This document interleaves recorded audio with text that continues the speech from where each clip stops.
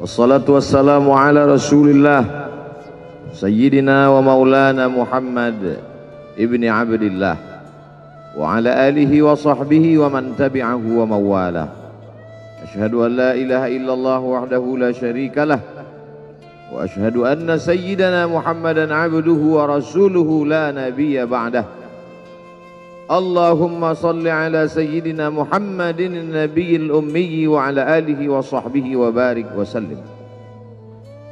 Qala Allah Ta'ala fil Qur'anil azim wa huwa asdaqul qailin. A'udzu billahi minasy syaithanir rajim. Ya ayyuhalladzina amanu taqullaha haqqa tuqatih wa la tamutunna illa wa antum muslimun. Wa qala ta'ala fi ayatin ukhra.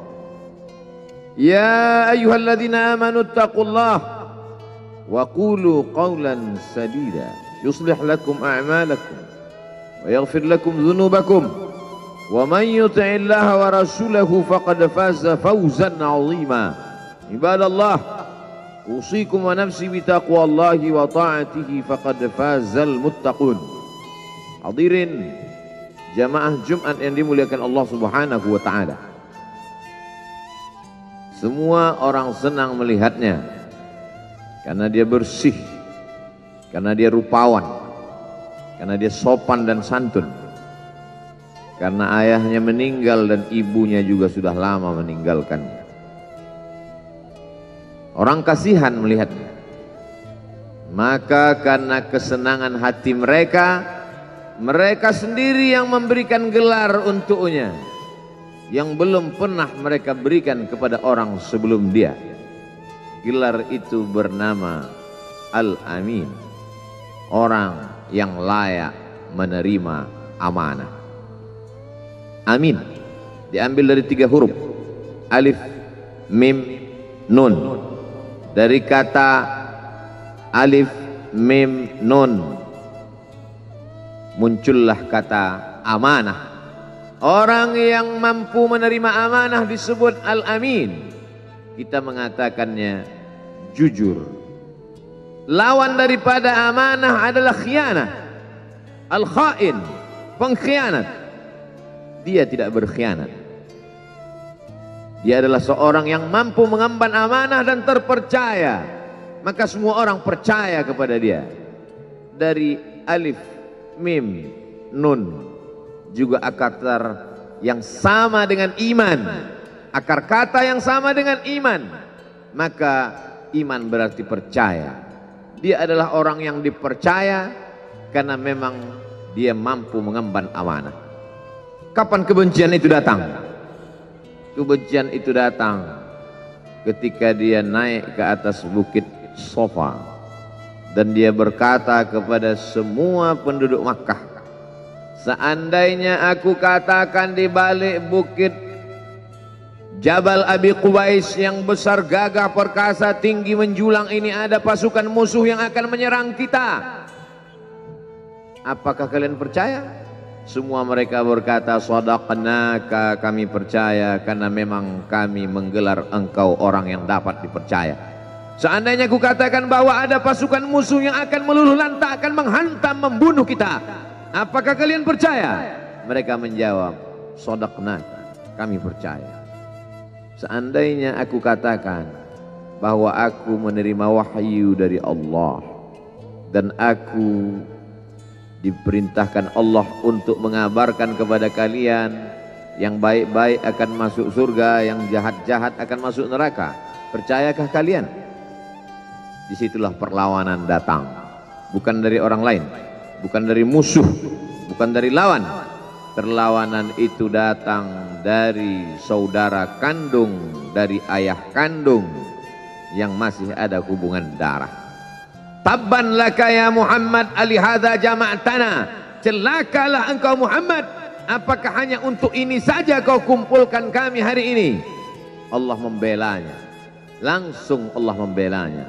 Dia tidak membela dirinya, tapi Allah mengatakan tabbat yada abi lahabi wa tabba ma aghna anhu maluhu, hartanya tak ada berguna, wa ma kasab, hasil usahanya tak mendatangkan manfaat. wa imra'atuhu hammalatal hatab, istrinya menjadi pembawa kayu bakar, simbol dari adu domba, kata-kata yang membuat menyakitkan hati yang dibawa oleh Ummu Jamil istri Abu Lahab untuk menyiksa, menjelekkan, membuli, menebarkan berita untuk membunuh karakter Sayyidina wa Maulana Muhammad sallallahu alaihi wasallam. Ini bukti kalau hari ini ada anak muda yang rupawan, yang dermawan, yang disenangi lingkungannya, tidak ada orang yang tersinggung, biasa, karena Nabi Muhammad SAW juga pernah mengalami hal itu. Tapi begitu kau katakan, aku tadi malam bermimpi bahwa aku mesti hijrah, meninggalkan komunitas peminum khamar, meninggalkan geng kita yang selama ini bicara tentang yang haram, maka disitulah mereka akan berkata, apakah hanya untuk ini saja kita berteman selama ini? Mana persahabatan kita? Apa yang dialami pemuda-pemuda hijrah hari ini dialami oleh Rasulullah Sallallahu Alaihi Wasallam 14 abad yang silam. Ketika kau berhasil bisnis, orang senang.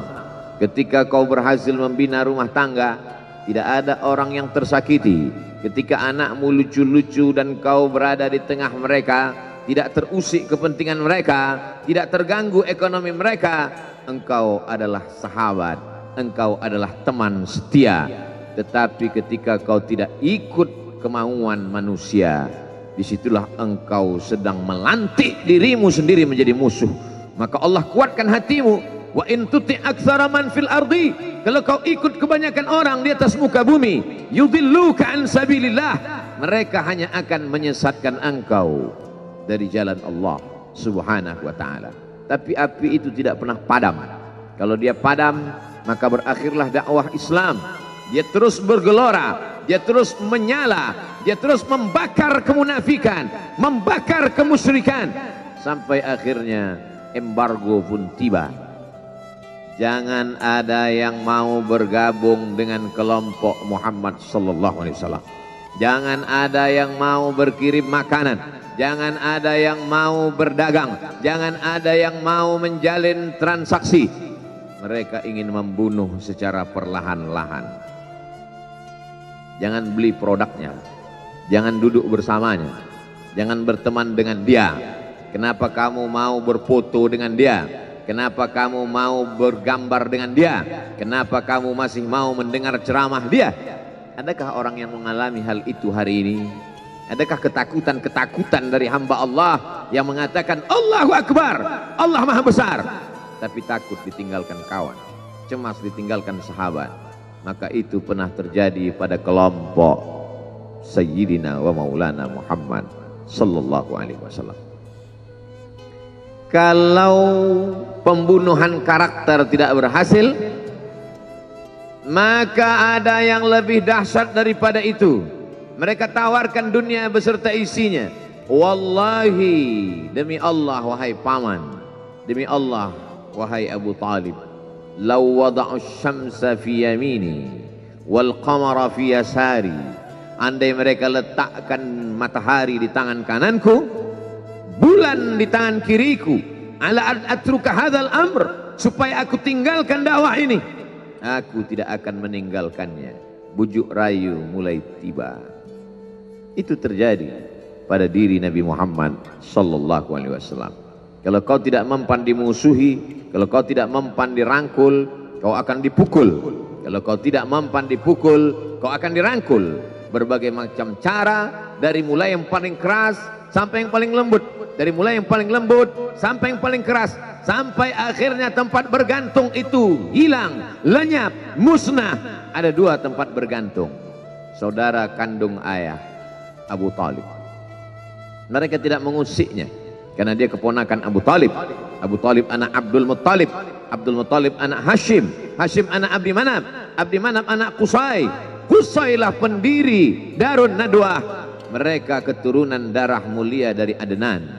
Adnan menerima tetesan darah dari Ismail, Ismail anak kandung Ibrahim alaihissalam. Jangan ganggu dia karena dia keponakan Abu Talib. Masih ada backing. tapi Allah ingin agar hati itu tidak bergantung kepada manusia. Dia buat Abu Talib meninggal dunia, masih ada lagi tempat bergantung. Dia yang dulu ketika kedinginan datang, dia yang menyelimuti. Yang dulu ketika ketakutan datang, dia yang menenangkan. Dia datang menemui Waraqah ibnu Naufal.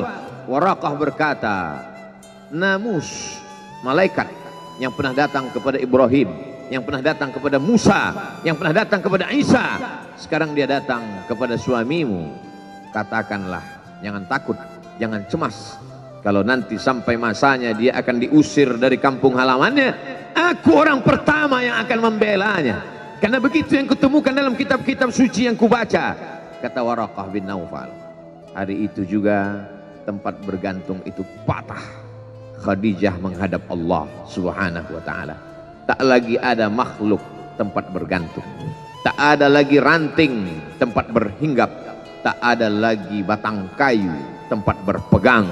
Allah ingin agar engkau berserah hanya kepada Dia saja. Tidak ada makhluk.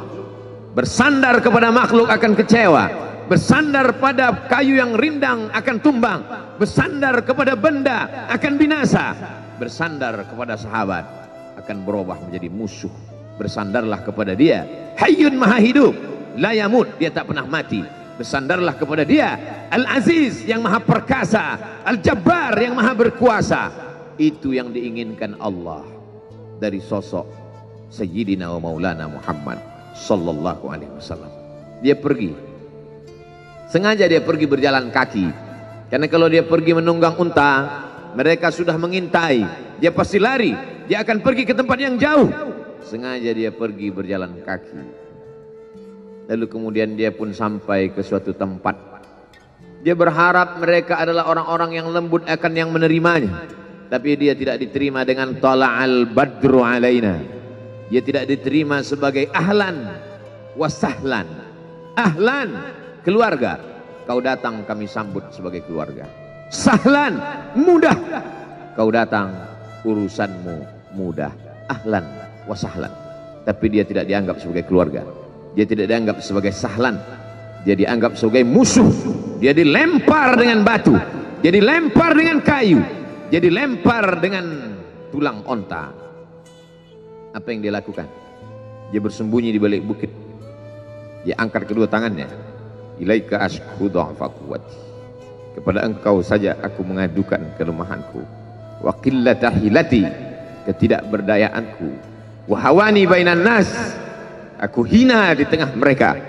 Kalau dulu aku ada tempat bergantung, ada tempat bersandar, ada tempat mengadu, hari ini hanya engkau saja ya Allah. Datanglah malakul jibal, malaikat penjaga segala bukit di atas dunia. Kau tunjuk mana bukit yang paling besar ya Muhammad, akan kutimpakan kepada mereka. Hati yang luka biasanya akan marah, akan kecewa, tapi itu tidak terjadi pada Nabi Muhammad sallallahu alaihi wasallam. Apa yang dia katakan? Asallah an yukhrij min aslabihim man ya'budullaha wa la yusyrika bihi syai'a. Ya Allah, keluarkan dari tulang sulbi mereka, keluarkan anak cucu mereka yang akan menyembah Engkau. Tidak ada satupun yang akan mempersekutukan Engkau di atas muka bumi ini.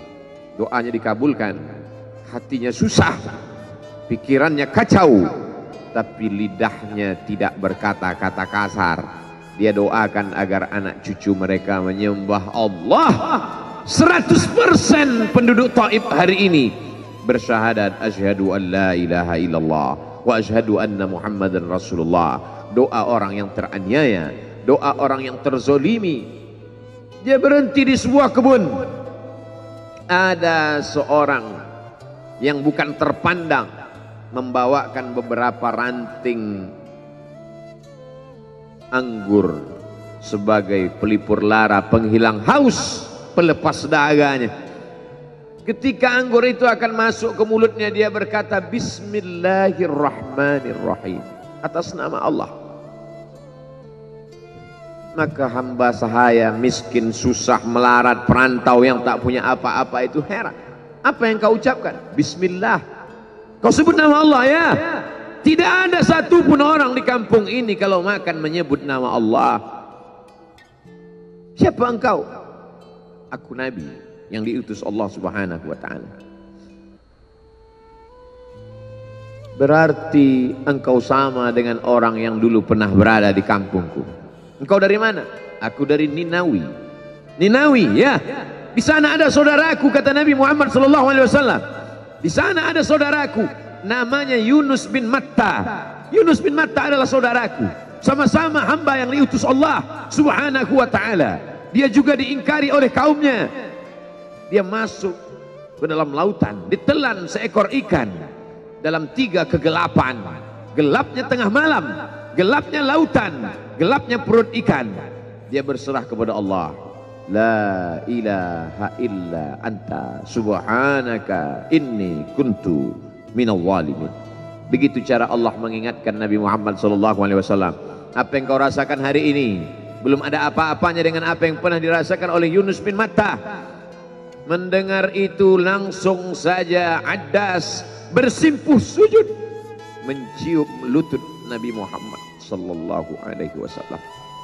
Dia tidak mulia, dia hamba sahaya, dia miskin, dia perantau, tapi dia sempat mencium tangan Nabi Muhammad SAW. Dia sempat menghilangkan dahaga dari leher Nabi Muhammad SAW. Pertemuan yang berkesan. Biarlah pertemuan itu sekali, tapi sampai ke lubuk hati. Untuk apa pertemuan yang berulang kali, tapi hanya sampai di tepi bibir, hanya basa-basi. Nabi SAW kembali, dia pulang. Di tengah perjalanan dia mendengar, qul, katakan, uhiya ilayya annahu istama'a nafarum minal jin. Ada sekelompok jin. Jin itu berkata, inna sami'na qur'anan ajaba. Kami mendengarkan bacaan Al-Quran ajaba, menakjubkan, ajib. Biarlah manusia menolakmu, biarlah manusia yang angkuh dan sombong itu tidak menerimamu, tapi ada satu makhluk yang mau menerimamu. Inna, kami dari kalangan jin, sami'na, mendengar, Qur'anan ajaba, bacaan Al-Quran yang mengagumkan, yahdi ila rusdi, yang membuat kami lurus berpikir benar.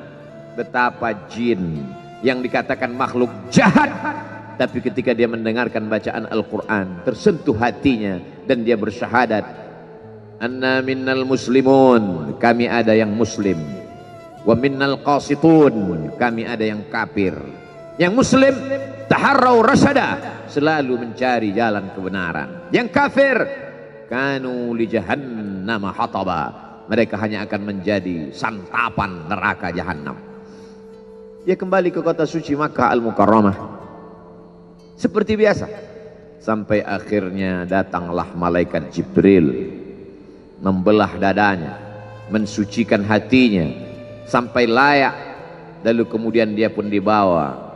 Subhanalladzi asra bi'abdihi lailan, maha suci Allah yang memperjalankan hambanya pada suatu malam, minal masjidil haram ilal masjidil aqsa, dari masjidil haram ke Masjidil Aqsa, alladzi barakna haulah, kami berkahi sekelilingnya. Untuk apa? Linuriyahu min ayatina, kami ingin memperlihatkan kepadanya tanda-tanda kebesaran kami. Selama ini dia hanya didengar, azab kubur didengar, neraka jahanam didengar, malaikat didengar. Hari ini kami ingin memperlihatkan tanda-tanda itu kepada hamba kami. Jangan bersedih ketika kau didustakan, jangan bersedih ketika kau dibunuh karaktermu, jangan berduka cita ketika tidak ada manusia yang menerimamu, karena sesungguhnya itu hanyalah cara Allah menguatkan hatimu, karena dia ingin mengangkat derajatmu, menempatkan di tempat yang terpuji, memperlihatkanmu sesuatu yang tidak pernah dia perlihatkan kepada manusia yang lain. Dia buat hatimu hancur berkeping agar tidak lagi ada tempat makhluk dalam hatimu, yang ada hanya Allah semata. Ma fi qalbi ghairullah. Pada saat itu mentalmu sudah kuat, layaklah engkau berada di tempat yang terpuji. Kalau ada orang menyakitimu, jangan berduka. Kalau ada tetangga, sahabat, kawan baik meninggalkanmu, jangan berduka lara, karena sesungguhnya di balik itu semua fa inna ma'al usri yusra, inna ma'al usri yusra. Idza daqat 'alaika dunya faqul ya Allah. Kalau terasa sempit dunia, mengadulah kepada Allah. Idza sa'alta fas'alillah, kalau minta-mintalah kepada Allah. Wa idza sta'anta fasta'in billah, kalau minta tolonglah kepada Allah. Iyyaka na'budu wa iyyaka nasta'in. Kepada Engkau kami menyembah, kepada Engkau kami beribadah, kepada Engkau kami bersimpuh sujud, kepada Engkau juga kami meminta pertolongan. Barakallahu li wa lakum fil Qur'anil azim wa nafa'ani wa iyyakum bima fihi minal ayati wadh-dhikril hakim. وتقبل مني ومنكم تلاوته إنه هو الغفور الرحيم.